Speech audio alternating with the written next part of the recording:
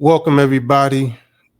Episode 18, the Talk Your Soul podcast. I am DA. To my right is my brother from another, DJ Sabir. Today, well, this might be a little educational for the young ones, if we have any young Mhm. ones, but the ones who grew up with us, this is a walk down memory lane. Today, we are going to talk about the 40 ounce and malt liquor. Mhm. Fond memories Fond memories. already are in my cerebral Yeah, cortex so and my medulla oblongata. in my research for today, I went down the YouTube rabbit hole of which turned out to be a video history of malt liquor through commercial. One thing that I forgot was how old malt liquor actually is. The very Okay. first popular malt liquor brand was Slits. And I remember Slits with the bull. I know you remember it. Yeah. You know what I mean? Yeah.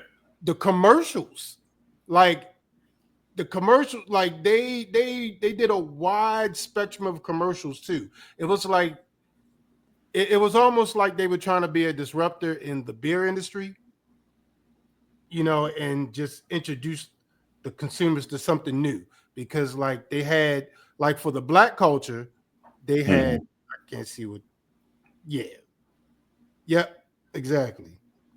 So for the black culture, they had all the popular R&B groups and shit. Like they had this long-standing series where the Platters were singing off against the Kool and the Gang, like some fucking versus episode and shit. And like they had a whole series of the shit. And then like they had one with Richard Roundtree coming in. You know what I mean?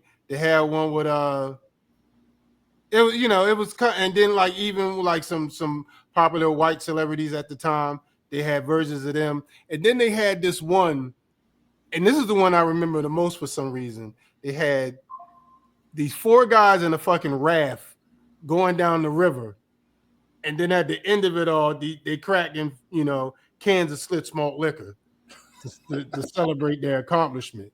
And I never paid attention to it then, but because it's like you a kid, whatever. But like that was back in the late '70s Right. when those commercials, and then you had Colt 45 and you had Billy D. Williams, and that was like the late '70s to the early '80s, and then it was like all of a sudden somebody must have put it in their head that they could really market to black people. I don't know if it was what we were doing, and I think that's partly where the 40 bottle conversation comes in, because it was almost like they saw that and they decided to go all in.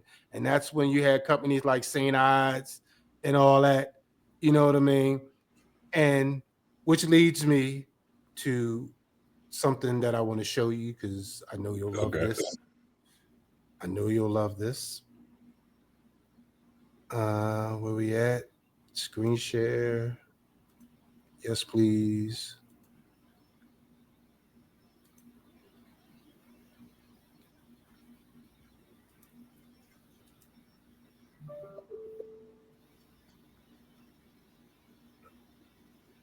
Is it playing? Oh no, it's Yeah. not.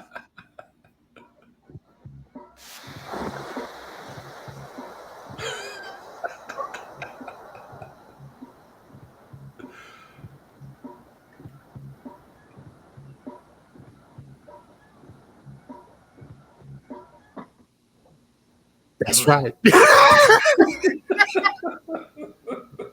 Uh, Yo, yo, my man. Do you know how long it's been since I've seen that commercial? You know well, what I mean? Like, I think it was. I'm going to start with a personal story, and then we'll get back to St. Ides because I went all in on malt liquor, bro. Okay, but for me, the year is 1992. I'm 17 years old, and I intentionally, for like 14 to 21 days leading up to this, like like willed my mustache hairs to grow as much as possible. You know what I mean? I mustered the best mustache that I could muster at age 17, and I went into that Chinese store on Cheltenham Avenue. And when I walked to the counter, you know, the only beer name that I knew was Budweiser. You know, so my first 40-ounce bottle was a Budweiser when I was 17 years old. Yeah, in Cheltenham, Pennsylvania, right on the border. Yeah, yeah. I mean, Yeah. What was the first 40 memory that you have? What you mean? You were a part of it. I'm a part of your first 40 memories. I didn't drink anything before I got to college. I didn't do nothing. Like I was a complete L7. Okay, well, real quick before we even digress, number 5 on my most iconic malt liquors is St. Ides, which you just referenced in that commercial. Unlike Steel Reserve, St. Ides had no qualms about marketing itself to the official malt liquor of the hood. They signed up rappers, made ads for them, famous Ice Cube rap, get your girl in a mood quicker, make your Jimmy thicker. was you know what I mean? And of course, Ice Cube would go on to Are We There Yet? And Higher Learning, which I just watched the other day. Yeah, so St. Ides is number 5 on the most iconic. I mean, but that's not why I showed you that. Okay, that's right. That is the commercial which spawned the greatest college filming experience of my life. Yeah, I want you to tell that story. Yes. So, ladies and gentlemen, we saw that commercial one day. I can't even remember where. Somewhere on television. I don't know. But we got in our heads the idea to recreate this commercial. And instead of using beer, we decided to use root beer. So we recreated the commercial. It was me, this gentleman here, and our friend Edav at the University of Maryland Eastern Shore in apartment 4. Yes. And we on a weekend, on a Saturday night, on a boring ass Saturday night, which was why we ended up doing it, because it was boring as hell. We were just trying to find something to do. And so we decided to redo this commercial, and we had Eric be the Ice Cube in the scenario. And we literally set up a series of shots that showed him run across the parking lot of our set of college dorm buildings. Yes. Into our building. He runs into the door, and then he runs into the room, and then he goes, opens the refrigerator, pulls out it was a 2-liter root beer, and he turns to the camera and he says, "That's right." And then he proceeds to go all the way back out to the seat. Now, this is the part because you said something to him when he came back and sat down. And I don't know, it was like the slogan of the whole thing. It was something you said, root beer, something, but that's, I'm telling you. Wait. I just got a little clarity for a second.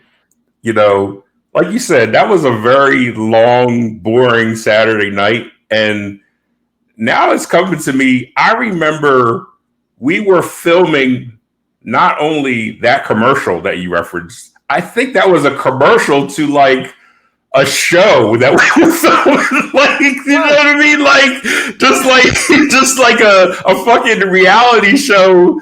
That, and let me tell you, I I have a production mind of sorts in this current version of myself. I was in the passenger seat for that. I was like, you guys, you guys produced that whole shit. Yo, I'm just, but so that night was that born April. It, like I said, the greatest filming experience that I've been a part of. But like you said, you were cut the way you were cut, and like we were literally like filming scenes. You know what I mean? Like on a Saturday night in college. and all because I decided to buy that camera with my student refund money. I wanted to ironically, I don't think we were drinking malt liquor that night. I do remember drinking. No, I do remember drinking Thunderbird in that apartment. I had an infamous Thunderbird night, and that was part of what I wanted to talk about with malt liquor and my journey, because it was in my life in high school. You know, from a curiosity standpoint, I don't think I was like drinking, in high school, drinking beer. That would happen in college, where, we went from whatever you could get your hands on, which was Mad Dog, Boone's Farm. We had a case of Coors Gold one time that I remember getting terribly sick off of. Like, I remember throwing up like in the laundry room in Nuttall Hall, like on a Saturday. Like on a Saturday. Maybe a Sunday morning, you know what I mean? By the time I was giving Earl out there in the fucking laundry room basin off of the Coors Gold that we came across. But yeah, like I would regress, just like in a lot of things when I hit grad school, there was a regression of maturity. And malt liquor was a big part of that. And I have some great names here. Let me just rattle them off. These are the great malt liquors of that era. We have a top 10. We have a top 11 list. At number 11, Magnum. At number 10. I remember Magnum. I remember they had like a gold etching on it was always in gold. Yes. Yeah. I can't. I wish I had the. Yeah. Yep. I remember that. At number 10, Hurricane. Oh man, I have some hurricane stories. One involves a firearm. You know what I mean? But like a lot of hurricane stories. You referenced Schlitz malt liquor. Very famous with and controversial. I did the research. It was controversial. The Billy D. Williams works every time. Ad campaign. That was famous. He came back in 2010. They actually tried to rebrand that shit. At number 8, Country Club. Never drank it. At number 7, I still see this till this day in not 40-ounce form, but around Steel Reserve. Hold up. Now I'm gonna tell you that shit there. That was some Baltimore shit, I feel like. It was. That's exactly where I want to go with this. That was definitely some shit Baltimore people drank. Yo, it was the worst tasting of all of them. Yeah. It was horrible. It was terrible, bro. I can't even get that joke. The 3 X's. Like, why would you drink that shit? Like, why? Why would you drink that shit? Like, it's telling you not to drink it. But what's not on this list? Crushing it. What's not on this list is, I'm going to say that for honorable mention. But what is number 6? We have Mickey's. It was still around. It was just another example of Irish meddling in American drinking culture that comes in a convenient grenade-shaped bottle. And it was green. Like, the bottle was green. So I remember the green bottle definitely feeling like, I don't know, like it felt like this is top shelf malt liquor. Number 5, St. Ides. Number 4, Private Stock. I feel like that was some local shit. That was the shit the old heads drink. Yeah, that's what again, in this conversation of the 40 ounce, it's relevant to X generation culture because prior to our generation in the hood, winos would get a quart of beer, which was 32 ounces. That was the biggest container that you could get, you know what I mean? And it was cheap, potent beer.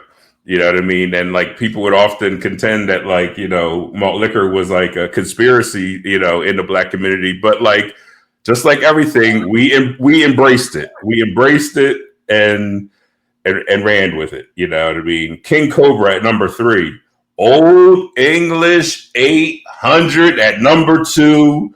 My favorite. My favorite. The champagne of malt liquors, in my opinion. Old English.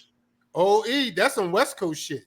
OE, bro. West Coast shit out here, man. And it was smooth. Like I got like it was out of all of them because some of them, like St. Ives are tough. That was tough to drink. Like that shit was like it was a real. I drank them all, bro. I drank them all. That shit was designed with New York City in mind. I'm pretty sure of it, yo. Oh my gosh. Make something that tastes rough and rugged. Old English. Get up on there, Old English. You blanked out Old English. No, I'm saying you keep doing that, you keep messing up your camera. It's like okay. Lighting. Like all right.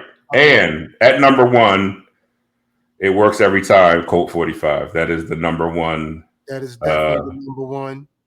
Yeah. The moment they hired Billy D as their smooth. I was about to say, yo, Billy D should have stock right He was super popular. He was super popular at that time. Like he was like to have him marketing malt liquor, you know what I mean, to the black community was revolutionary, shall we say? which leads me to my question. You kind of touched on it earlier, but I just want to officially ask you. Yeah. Do you think that the 40-ounce bottle specifically was used as a weapon? I'll just be blunt about it. In the hood, because I mean, think about it. Even if, you know, when I go back in my notes when I was researching this, it talked about how to start with malt liquor was already had a higher alcohol content than beer. Like that was the angle that they sold in the first place. And then the bottle specifically was the most unique of all of the bottles. Like it stood out, you know what I mean? Like it was highly noticeable. And for some reason, a 40-ounce was cheaper. Yeah. You know what I mean? Like, you spend less for more. In any other product, you don't spend less for more, except in malt liquor. Well, particularly with the 40. And that's what made me wonder, like, did they use that? Because before, I mean, you know, we weren't, like you said, the old heads was drinking quarts and pints. Like, yeah. Well, what to your point, you know, according to DeepSeek, you know, as far as cultural impact, the controversies, as you mentioned, are that, you know, it was criticized in the end for its high alcohol content and marketing practices, which some argued targeted vulnerable communities. Efforts to regulate its sale and advertising gained traction in the 90s. But again, what we took with it, you know, it was in songs, it was in movies. You know what I mean? I could just see the movie of like a 40-ounce hitting the ground, it breaking. Like that's the image of some shit. Like some shit is going on in the hood when the 40-ounce hits the ground, bro. Because if you let the 40 drop, you know what I mean? Like some shit just went down. Which is kind of what I alluded earlier. Like, I think as a people, like especially our generation, like, because it is us. At the end of the day, it's our generation who did this. Like, we embraced it to the point where we did have it in our, you know, our rappers were rapping about it. It's in the videos, like everywhere you turn. In the boom of hip hop, like I mean, like the popularity of, like, you know, like that's a double whammy that like hip hop was you know, hitting the scene in such a big way that it was like, yeah, and like for them to be rapping about 40-ounce bottles, like, you know, they come along in the 60s and 70s as far as like emerging. The malt liquor thing, Colt 45 was in 1963. Old English, comes after that. And the target market was heavily marketed to urban working class communities, particularly African American and Latino populations. And advertisements often feature celebrities, sports figures, reinforcing its cultural appeal. So yeah, it's all here. It's all here. You know what I mean? We're as smart as the fucking scrolls. We're on this shit. You know what I mean? Like, You still haven't answered the question. Do you go ahead. Rephrase, go ahead, answer it. done on purpose, like as used as a weapon? That's what I'm asking you.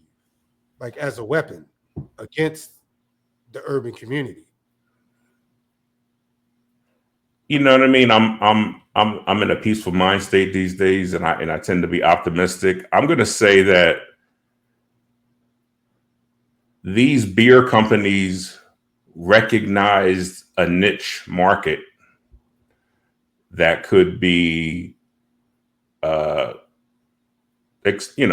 targeted, and that had never been targeted before.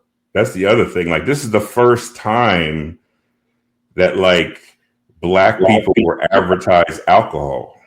You know what I mean? Like, incidental, just you know what I mean? like And it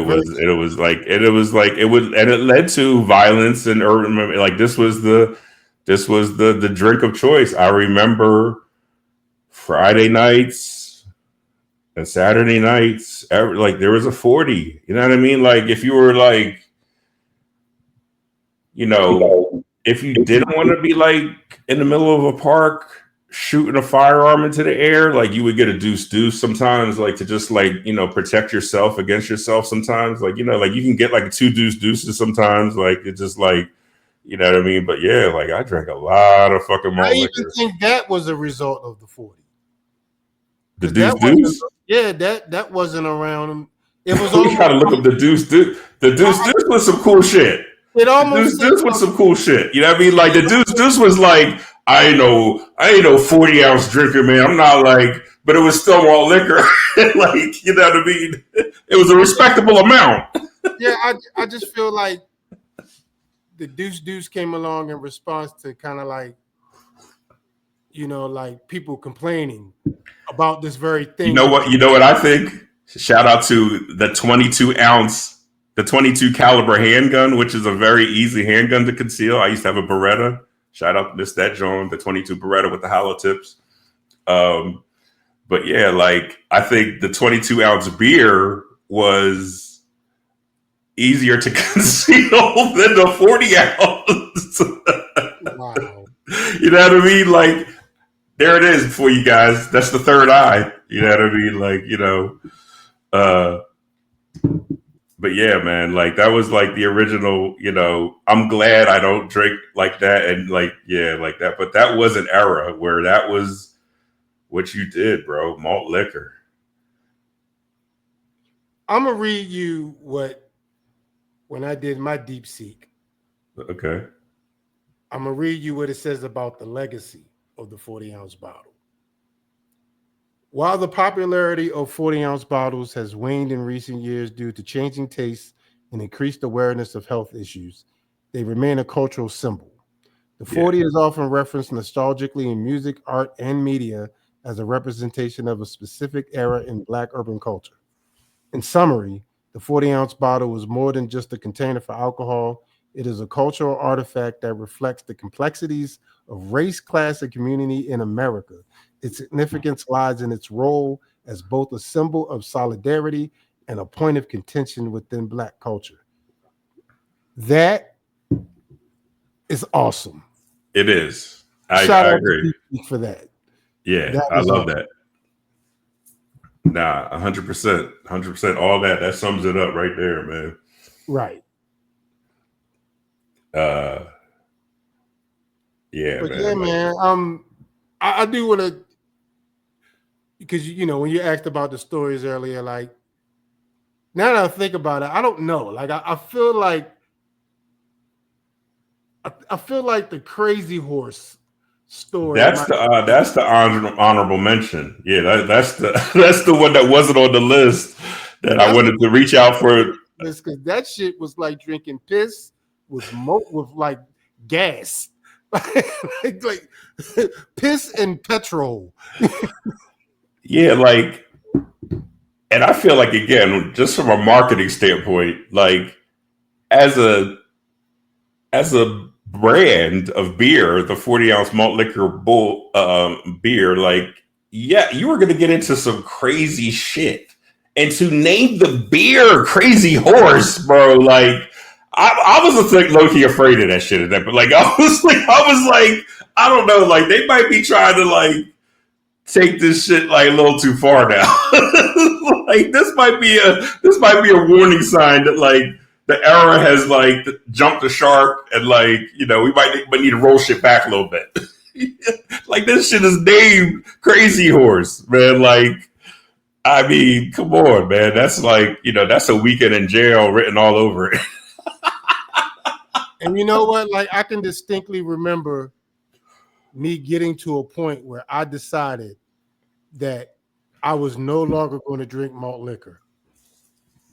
And I haven't touched it since. Like, you had to. And like, what's funny is I was thinking about the episode just driving over here, and I'm like, you know what? When I sit down for a drink now, I get a Stella. And I was thinking about measuring this against overall beer culture. You know what I mean? How like, with the breweries and the like how beer, overall is a culture, and how this was definitely like, this was a subculture, you know what I mean? In contrast to that. It was almost like counterculture. I mean, Yeah. think about what I said earlier, like the idea of malt liquor itself, all of the advertisements that I watched I'm picturing the music video. Picture the music video of Baller Status. In that video, they open up a refrigerator, and that motherfucker is full of nothing but 40s. Like, that was the ultimate flex that like, yo, like, this is a fucking party. You know what I mean? Like, this is like, we have arrived, you know what I mean, over here. You know what I mean? It was that. But and that's why I asked the question I asked about, this plant, because it just feels like. But it was targeted at us. It was targeted to us to make money, just like Newports. I mean, just like when we had the Newport episode.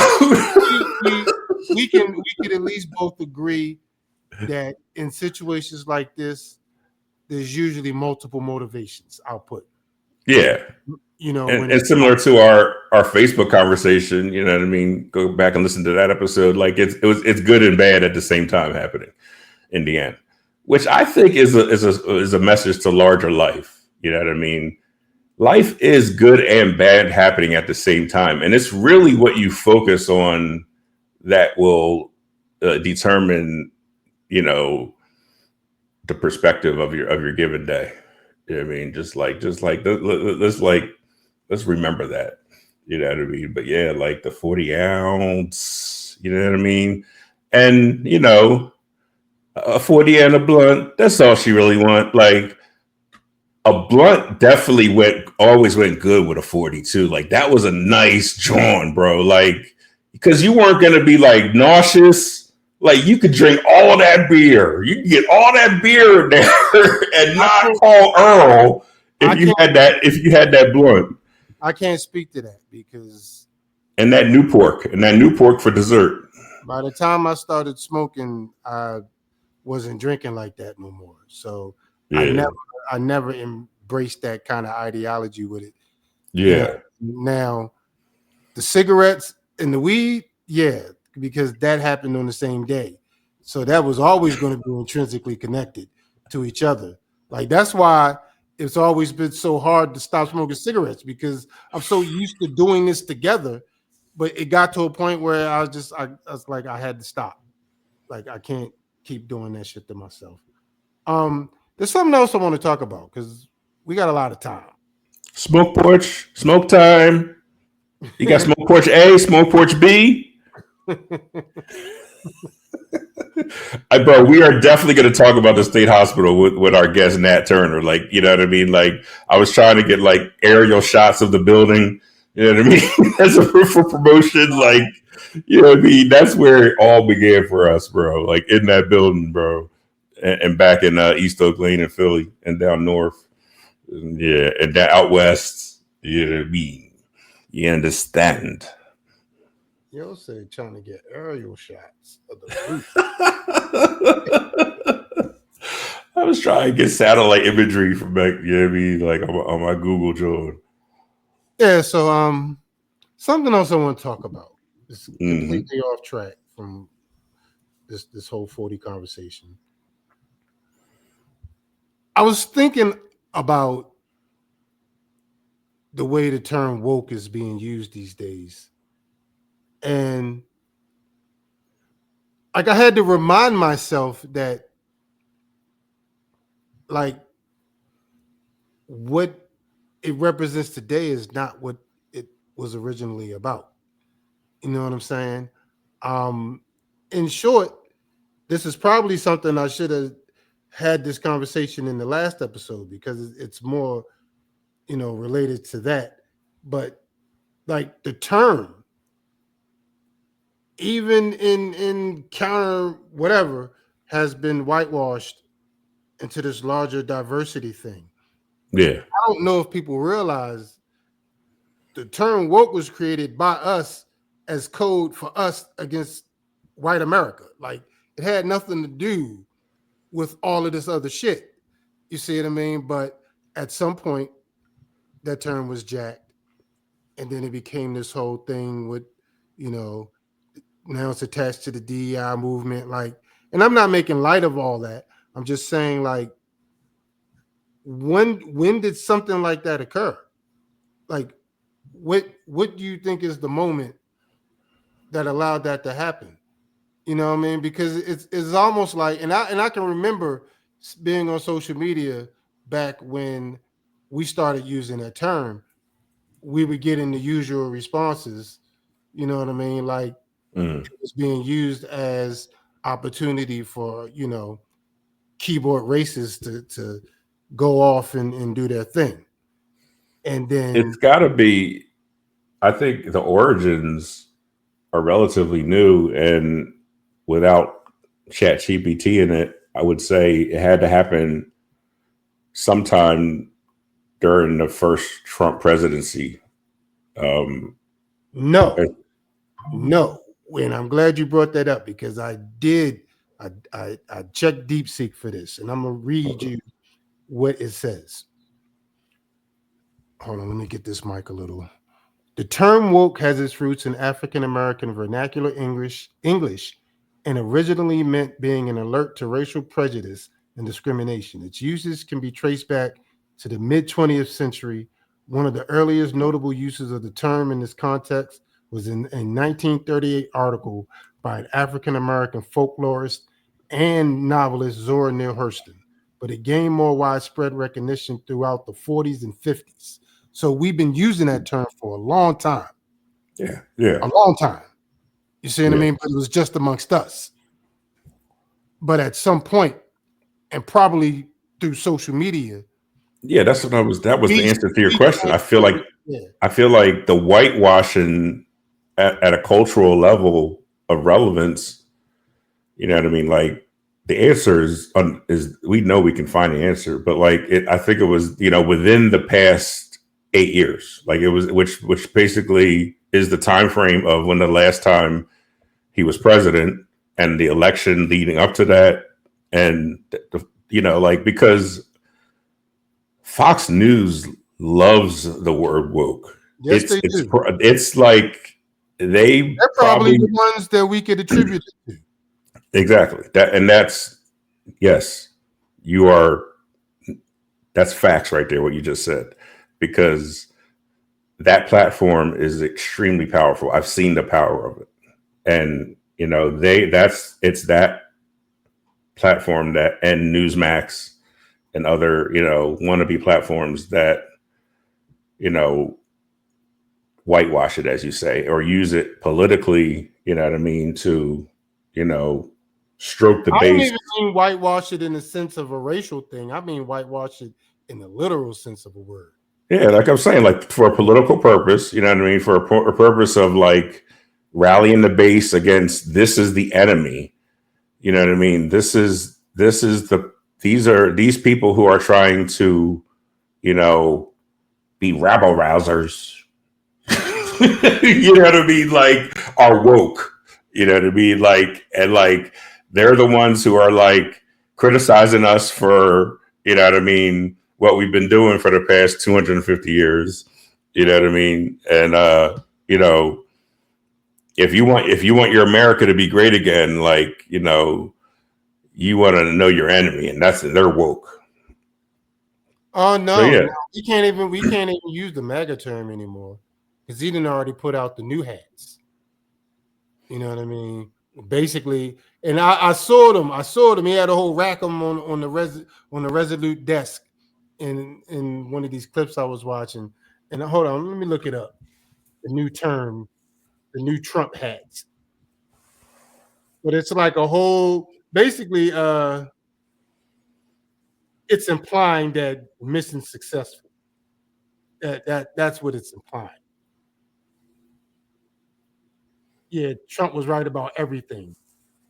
That's the new one. That's the new one. Trump was yeah. I mean, yeah. So you know, and he uses it a lot. You know, does you know in his events and appearances.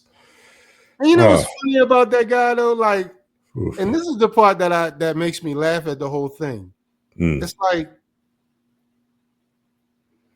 he is the first one to market the seat of presidency. Like he's using it as a marketing tool for him to sell shit. Fucking coins, the hats.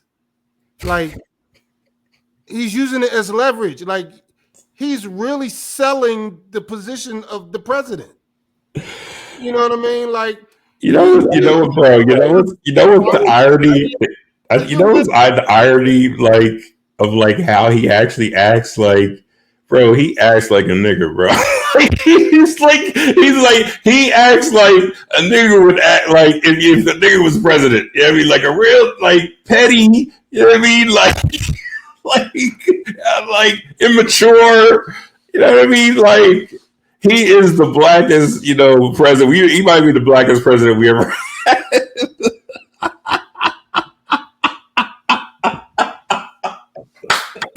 yeah. Yo, that's my guy. Yo, my guy be wildin', just Yeah, like but what up? stirring up the ops for no reason. Just like, We but say like, that. yeah, just all his shit. Like, is like, yeah. I gotta laugh to keep from crying, yo. I have to because like I've been trying to stay away from him, you know, the best I can. I really try to keep him at a distance, We say that. and still try to be woke. You know what I mean? But like woke from It a doesn't even distance. matter anymore. It doesn't even matter anymore about being woke. With like because at the end of the day, the gears have shifted into a whole new plan, and it doesn't matter like how we feel about it. That's why people still just be going. They be rambling on and on social media, but none of them. I could tell. Like it seems like I saw something today where somebody had posted. It was like I don't want to call it a manifesto. It wasn't that, but it was like a plan, like to basically, I guess, like have a revolution in a modern time. And it laid out these like different areas of which you would like kind of attack the situation, and it just made me realize like people are just happy with being able to complain. They really don't give a fuck about trying to do something about it. At least not through what I see on social media. Like people who just rather they just love to complain and get the shit off their chest, but nobody I don't see nobody that actually that was probably the first thing that I've ever seen where somebody laid out a plan, but it still basically just relied on just bringing everybody to awareness. Like, okay, Well, I mean, then what? there's the Neo. There's the green pill or the blue pill. Do you think that that's air that you're breathing? Look, man, you do that. You do that every time you want to. Like, no, we're not. I need you to stay on point. I'm, I'm saying, Yeah, go ahead, continue.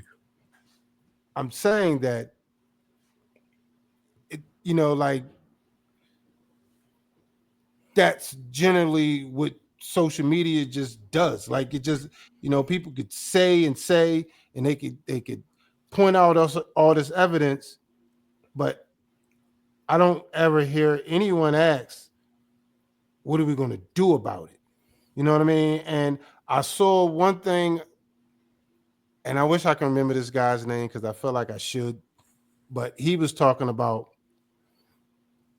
basically a new kind of Black American plan. You know what I mean? Like the kind of like, I saw something the other day saying that the black podcasts are giving them insight into us. Like we're giving them free information. You know what I mean? To do us further harm. You know what I mean? Even though it's like an effort to just like keep us. that's the nature. That's the nature of social media. That's the Yeah, nature just of this thing that we're doing. Unfortunately, it is what it is. But yeah. that's why you just decide that you're going to just speak to your audience regardless, because we know they're going to see this. Um, I don't know. Like, I just wonder, like, how far are we willing to go? You know what I mean? Like, how far are we willing to go? Like, if all we're going to do is flap our gums, and I'm not even trying to like, I'm not saying the extreme. I'm not saying do the extreme, but we can't even seem to get enough under ourselves to do the one thing that would have the most effect is, change how we spend our money. Like, but we won't do that because we still want to be a part of this. Like people tried to demonstrate with the Target boycott. I mean, I think that had minimal It had some effect. It had some effect, some but effect. I mean, that was. I mean, I definitely on the 28th intentionally, again off of social media, heard that we're supposed to be not spending any money on that day, and I intentionally, I'm not talking about one day though. Like yeah, to me, that's just lip service. yeah. Like it's Well, like, it's oh, not we're lip service if showing you don't you. spend money. No, but what I'm saying is the idea of doing something like that is just to show them the power. But But if that's what you they're doing to us. I think that's what they're doing to us. Like when you remove Black Lives Matter from Washington D.C. off the street after what happened to George Floyd, you know what I mean? When you actually take the time and the taxpayers' money to like jackhammer that shit out of the street, so like, you know what I mean? Like it's not there anymore. Like that's a demonstration of power. Like that's a flex, just like that fucking refrigerator full of 40 ounces. That like, you know what I mean? We're up here and you're down there right now. yeah, Yeah, I mean, and that's to liberal America, and that's to all people of all colors too. now, but what's your point? Like, No, but like that, so like it's a war right now. It is a war of back and forth between who's in charge and who is the underdog. You know what I mean? Like we came into Detroit no, man, and no, we took that. You know what I mean? Like you know what I mean? Like they didn't. No no, one thought we were gonna. You know what I mean? Like you know what I no, mean? We were the underdog. We were the underdog. You know what I mean? So like right now there is an underdog and an overdog, no. You and are both, high. You and are it's a battle. It's a battle. you are high. Because no, I'm not. No, we're not making Redskins analogies. No, it's too serious for that. Like I just want to know how far are we willing to go? Like, and what exactly is our motive at this point? What is our plan? What is it that we actually want? These are the things I don't really hear anything. It's like, the different disenfranchised people that have been affected by the first 4 weeks of what is going to be the next 4 years. You can count anyone who's got laid off from the government. You can count anyone who's been deported. You can count, um, you know, anyone that's lost their, anything, like uh, Palestinian causes, LGBTQ causes, all these different contentions are, they're organizing, and they're within amongst their own, sub, and they are uh, trying to flex and find ways to encourage, a resistance to what's happening. You know what I mean? It is dangerous times. It is very serious, and that's what we see happening. What will catapult that to something larger that might allow us to withstand the next 4 years is hope and faith that, maybe our governor from Pennsylvania here can get his shit together and get him out of here in 4 years. You know what I mean? That's saying if he's gonna like not change the laws that make it so that like he doesn't have to leave. You know what I mean? There's that, guys. Like he could do that. he's You know trying what I to. mean? Like he could, like he's trying to change all rules. You know what I mean? So what would stop him from just saying like, uh, yeah, like I'm really not leaving this time. You know what I mean? Like you saw what happened the last time I tried to leave, and you saw how I got all my crew out of jail after that shit years later. Like you saw what I did then. You know what I mean? Like you know what I mean? Like I'm the king.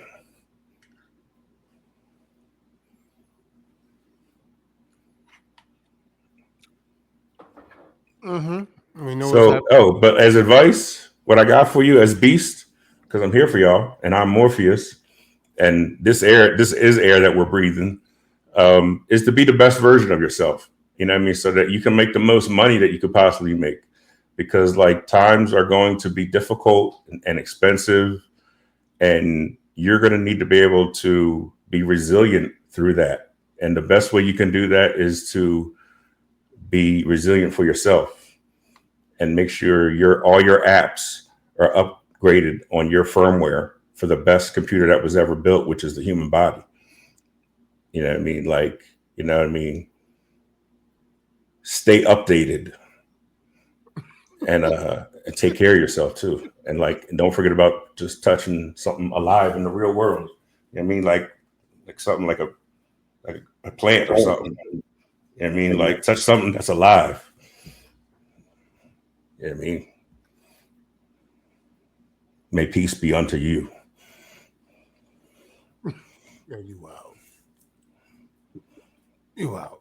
But looking forward to the 420 episode. Looking forward to the Nat Turner episode, which I think is coming up next. X Generation Thoughts.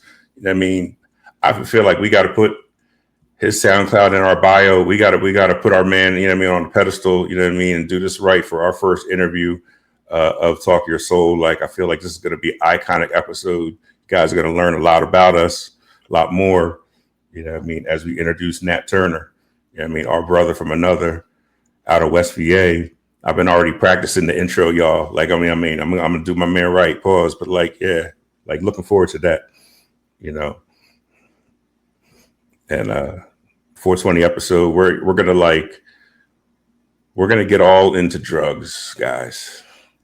Cause as I always say, like, I'm not proud of the fact that like I actually know what I'm talking about when it comes to that, but like I know what I'm talking about a little bit when it comes to that. So like we're gonna have a conversation of food and drugs. I miss my Newports. Shout out to Newports. Yo, you are off the chain. The original drug, that menthol. Ooh, that menthol flow. Can All right, yeah. ladies and gentlemen, we out of Wait, here. wait, wait, wait, wait. This is the last thing because we just hit 50 minutes. We just hit 50 minutes and then I'm out. This is the last thing for y'all. Like, I am proud of the fact of that. Like when I was a sturdy Newport smoker, and I had got down to the point where I was just buying Lucy's. I wasn't buying packs. You know, that was too expensive. I was doing it the hood way. I could spot a Newport smoker across the street, and you know, I wear that on my sleeve. That's all I got for y'all. Thanks for coming out. UMES, I couldn't have did it without y'all. Don't forget the revolution Oh, is that ongoing. reminds me. That reminds me. I'm glad you said that. So this guy came into my job and he was able to tell me what these mean. You never do what they meant. No, like, oh, so I thought I told you this story. I So, forget. all right, so this is the first tattoo I ever got. This one, Okay. right? I went into the tattoo shop and I was looking through the book. You know how they had a book with the shit in Yeah. it? He had these in the book, like they were supposed to be the Chinese versions of, the alphabet. So I thought when I got this that I was spelling out my nickname. Okay. I thought I was doing that. Okay. Yeah. Yeah. I do remember that. Yeah. So eventually I learned that that's not how the Chinese language works. Right. And then I've been left with, this journey throughout my life to figure out what these meant. And so Okay. these two guys from China came in and they were already talking about tattoos for some reason. And then I thought about it and I showed them, and he couldn't really read the top one here. Let me see if I can show the folks, get a good view here. Okay, so he couldn't really tell me what this one meant Yeah. because he couldn't quite decipher it. But he said this means like the flow of a river. This has something to do with wealth, and this one has something to do with family. Okay. You know, I remember those seeing those all on the chart. You know what I mean? Like I was with someone when they were getting a tattoo one time, and I think I remember seeing, like all yeah, those. man. Shout out to the hood tattoo artist with the bullshit books. But it did send me on this journey that I could finally say after almost 30 years. Yeah. The answer. Oh, and I found out that the name, my government name, means to leave a trail for others to follow. My Muslim name, Sabir, means patience. That's my attribute. But like, yeah. So that's what I'm doing here for y'all. I'm leaving a trail. I'm marking it so you guys can come and follow me. Shut up. Mic Goodbye. drop. Peace. Goodbye. Goodbye, ladies and gentlemen. Stupid idiot. I'm about to spark this off the oven.